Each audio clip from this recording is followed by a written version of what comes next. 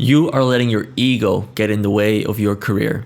Art for art's sake. You hear this phrase and see the sentiment embodied by many artists and creators. You hear things like, the art should come first. They are such a sellout. They were good at first, but now they got way too commercial. However, are you hearing these words from those who have actually made it?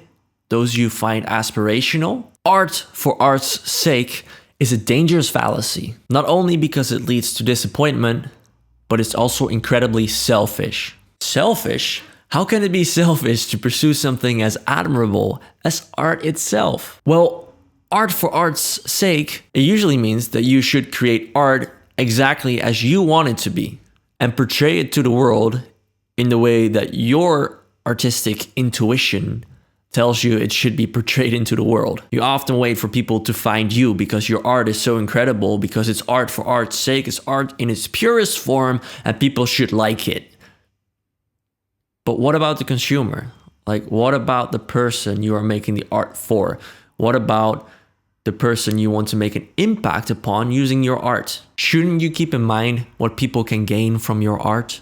If you don't put any consideration in how to reach your audience and cater your product, your art, to their needs, then how is it about anything else than you? How are you making a concerted effort to contribute to the lives of others?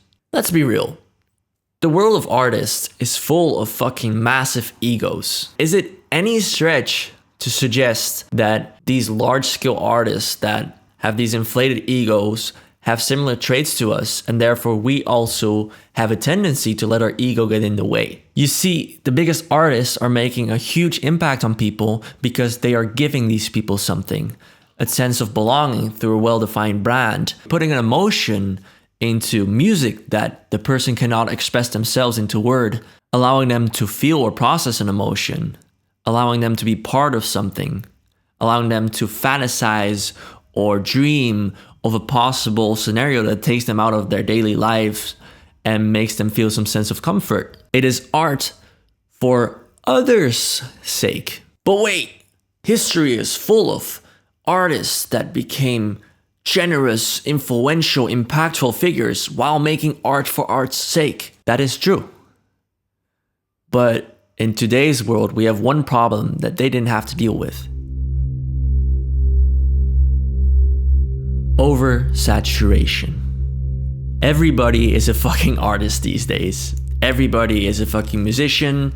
Hell, we even have computers and machines making art. How can you even find original art in a place as oversaturated as this? And how do you expect your audience to find your art, your pure art, in this haystack? You need a powerful tool to make sure that you can reach the audience that fucks with your music, that fucks with your message. Isn't it the entire goal to make a positive impact on other people, to contribute something via your art, to give some sort of meaning? Like, I know for me personally, the most profound way that art has touched me is in making sense of the world for me through art, like through the music that I was listening to, sudden emotions or scenarios that I was experiencing that I really struggled with suddenly became very clear to me, or at least got a chance to be processed, because somebody somewhere made art and they knew how to touch their audience.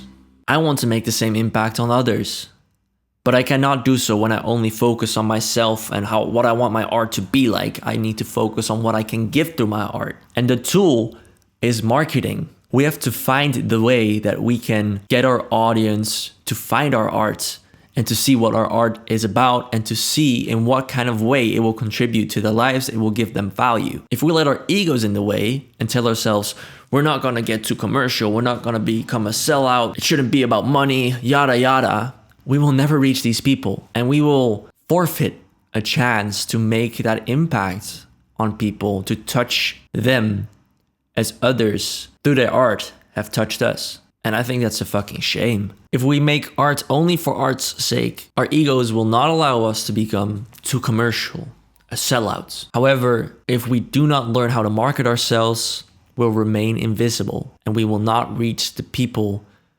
that, I dare say, even need our art in order to make sense of their lives and to live a happy one. Our art has to mean something to others.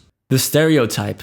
This is the final thing that is not working in our favor. Somehow it has become romanticized to live a lifestyle of an artist that is filled with objectively undesirable traits. Like, how is it aspirational to be a starving artist that is struggling financially, that is disrespected by its own industry, has to work their ass off and not get anything in return? How is that something that we want to have? Objectively speaking, this is not a favorable life and doesn't lead to happiness. So why are we still romanticizing this and putting this lifestyle on a pedestal? How did we come to glorify this kind of life where you're making art for art's sake and it's a necessity to live a fucking miserable life in order to do that? I believe we can do better than this. If we put our egos on the shelf, learn how to make art for others instead of for art's sake, which is really our sake. What do you think? I would love to hear your thoughts, so be sure to leave a comment, and thank you for watching.